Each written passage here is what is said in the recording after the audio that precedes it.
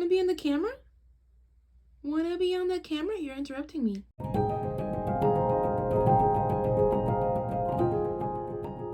What's up, you guys? Welcome back to my channel. If you're new here, hello, I'm Melissa. So I am primarily making this video because we have been going through a drought, a Bridgerton drought. Season 3 of Bridgerton, where's the teaser trailer? Where is she? Where is she? We have not gotten a teaser. Look, I know by the time that I have filmed this, Tudum, the fan event in Brazil, has already happened. It's a Netflix fan event. And that is a fan event that is basically like a Comic-Con for the Netflix fans. And I'm very grateful that they have released images at the very least for us to look at. And we get to see a very dapper Colin Bridgerton. And we get to see Penelope, who is not wearing yellow. I bet she is so happy. They both look so good, so pretty and handsome.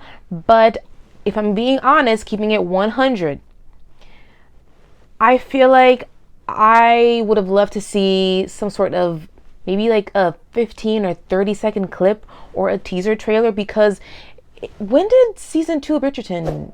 I think it was in March 2022. It is now over a year. I know we got Queen Charlotte, which is kind of its own thing. It's still in the Bridgerverse, but it is a prequel with other characters. We don't get to see the Bridgerton siblings at all. And, you know, that's how I started becoming a Bridgerton fan. I saw season 1 back when it dropped in 2020.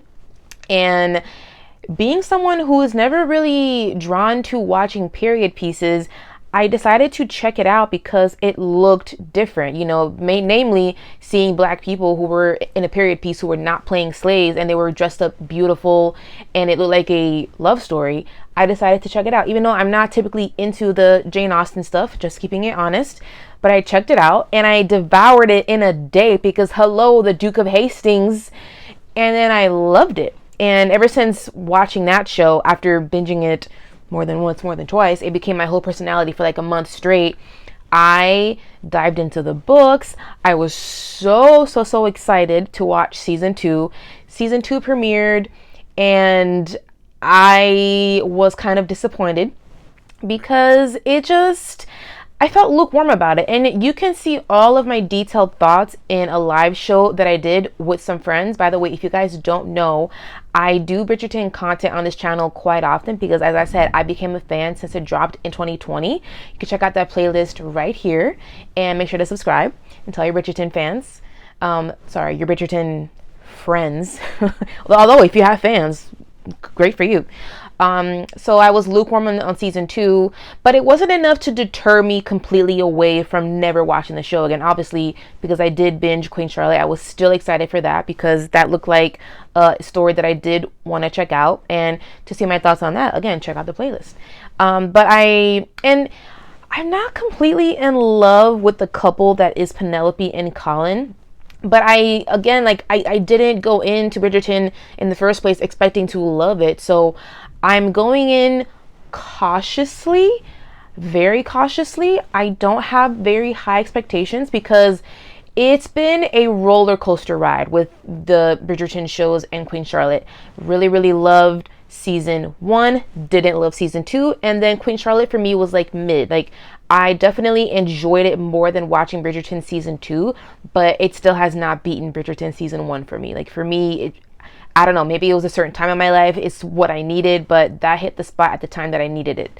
So I don't know what I'm going to feel about Bridgerton season 3, but I know that I'm definitely going to check it out. And I actually did a reading vlog for the book for that, for what the season is based on. So I filmed that back in early December 2022 because I thought they were going to drop something on the anniversary of the show of that month because it came out on Christmas of 2020. So I filmed it thinking that they were going to do something, and then nothing dropped in December of 2022 for season 3. So that is sitting somewhere in the drafts. I will release it once we get at least some sort of clip or teaser because my gosh, it's drought. It's a drought, and I'm honestly making this video as a way for me to be able to talk about it with you guys, because I want to chat with other fans, because I know there's so many Bridgerton fans out there. And if you guys have been feeling annoyed, I mean, am I the only one where I'm just like a little bit frustrated with, like, okay, we got pictures and they're, again, beautiful wardrobe, you know, hair and makeup did their thing, they understood the assignment, but man, just give me some kind of clip, give me something. To tease you guys a little bit for my reading vlog, this may be an unpopular opinion, or maybe it's not, I'm not quite sure, because I think for all of the fans that are in the Bridgerton fandom, everybody has their own favorite book. So I know some people are a fan of Colin and Penelope's book. I also know people who are not big fans of that book. And where I fall in those categories, I fall in the category where I was not a fan of that book. It is a book that a bit of a spoiler for my reading vlog. It's a book that I DNF'd. If you are not in the reader community, you may not know what that means, but that means that I did not finish. And you will have to see why when I drop the reading vlog. I have very specific reasons why I was not really gelling very well with that book and that couple, and I think that is valid. It is okay for me to have those opinions. And if you are a fan and you love them, it is okay for you to have your opinions. So having said that, I know that they are going to change up the storyline for season 3. It's not going to be exactly like the book. And I think this may make some hardcore Bridgerton fans kind of mad, which I get. You know, like when you read your favorite book, you expect like the literal pages to just be on the screen. But we've all been here long enough to know how Hollywood producers work. They need to play up the dramatics. They need to take stuff out. They need to merge stories together. They need to merge characters together sometimes, or they need to bring in new characters that were never even in the books. And sometimes that can work. Like, for example, I didn't know the books existed until after I finished Bridgerton season 1. And I will say, I think Bridgerton season 1 is better than that first book. I think the Shondaland team elevated that book way up for what they created on the television show. But I wasn't a fan of some of the changes of season 2. I have read 5 Bridgerton books, and I DNF'd 1. And out of all of them, I would say probably the Viscount Who Loved Me is one of the ones that is my favorites. Even though I still have some issues with that book because it was written back in the 90s, I believe. And I think there's a lot of times where Anthony just comes off too much like an asshole. He just comes off too cruel. I think that's one of the things that can be hard about writing enemies to lovers, is if you're writing somebody who is too mean and then they're not people who are in the same type of level, especially back in those times where, like, you know, he had like all the power with the money and the estates and whatnot. So some things I didn't love, but I always am a fan of good banter, and I think there's moments in that book where they had good banter. So that's why I was like, okay, like I can fuck with Viscount Who Loved Me. But yeah, the third book, not the third book, they are the fourth book. Colin and Penelope didn't really work for me, and you guys will see why when I drop the reading vlog. But I am someone who I am open to the idea of them changing up the plot for Colin and Penelope's story, because again, I was not a big fan of that book. So if you guys don't know, I would let you guys know what the plot is going to be for Bridgerton season 3. Let me take a breath. Penelope Featherington has finally given up on her long-held crush on Colin Bridgerton after hearing his disparaging words about her last season. She has, however, decided it's time to take a husband, preferably one who will provide her with enough independence to continue her double life as Lady Whistledown, far away from her mother and sisters. But lacking in confidence, Penelope's attempts on the marriage mart fail spectacularly. Meanwhile, Colin has returned from his summer travels with a new look and a serious sense of swagger. But he's disheartened to realize that Penelope, the one person who always appreciated him as he was, is giving him the cold shoulder. Gee, Colin, I wonder why. Eager to win her friendship back, Colin offers to mentor Penelope in the ways of confidence to help her find a husband this season. But when his lessons start working a little too well, Colin must grapple with whether his feelings for Penelope are truly just friendly. Complicating matters for Penelope is her rift with Eloise, who has found a new friend in a very unlikely place. While Penelope's growing presence in the ton makes it all the more difficult to keep her Lady Whistledown alter ego a secret. Ooh, okay, so I guess it sounds like she definitely is going to become more popular, so she gets more eyes on her in the ton, and she's going to be battling with keeping her little secret. So, okay, I have to say, I kind of hope they flip the script on us and we don't see her being revealed to be Lady Whistledown in episode 9 or 10 or whichever is the episode before last. I have no idea how many episodes this season will have, because that's just it's kind of predictable, and it's also kind of gonna give me anxiety. I think it's also gonna be more interesting if you reveal her secret earlier on, and then how do you keep the story going that way? Like, come on, writers.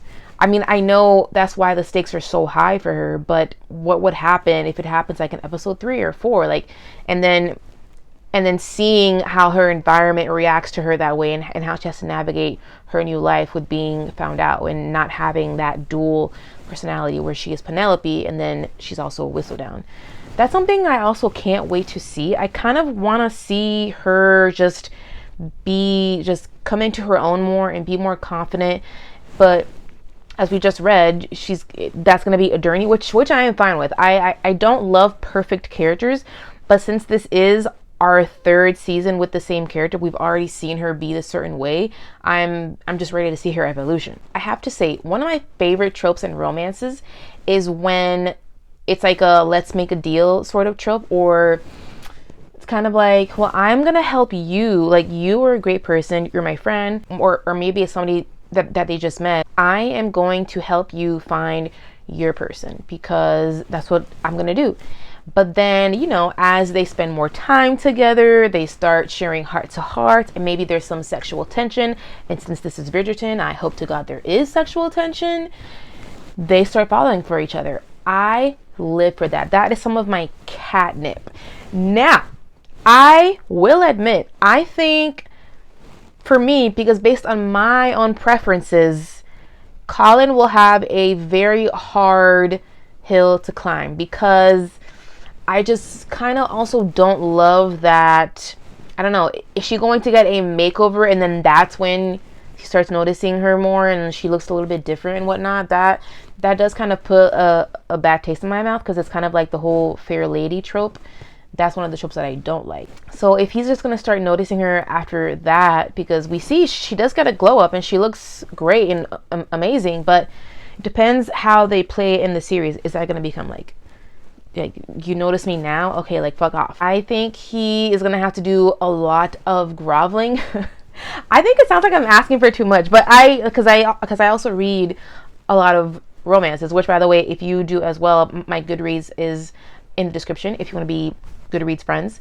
I read a lot of romances, and that is something that is hard to win me over. If he fucks up a certain way, depending on what he did or what he said, and if his grovel or his grand gesture doesn't match what happened or what was said, then I'm probably, it's going to be hard for me to get behind the hero and the love story. I feel like now I have been talking for way too long. Okay, I'm going to go and binge watch a show, which, if you guys don't know, I also have a binge watch series on my YouTube, and you can check out the playlist right here. Subscribe right now. And Just Like That just started its 2nd season, so I'll be doing that every single week. So if you're interested, go ahead and subscribe and let me know what you think of that show. And yeah, let me know your fan theories down below for what is about to go down and what is the order of things that's going to happen in Bridgerton season 3. Because if they're not going to give us any clips or teasers and just photos, I want to be able to at least geek out with the fandom in a certain way. I want to chat with you guys, so leave your comments below. Follow me on Instagram and send me a DM there, because I could talk about this stuff all day long. That's why I made this video. Thank you guys so much, and I'll catch you guys next time.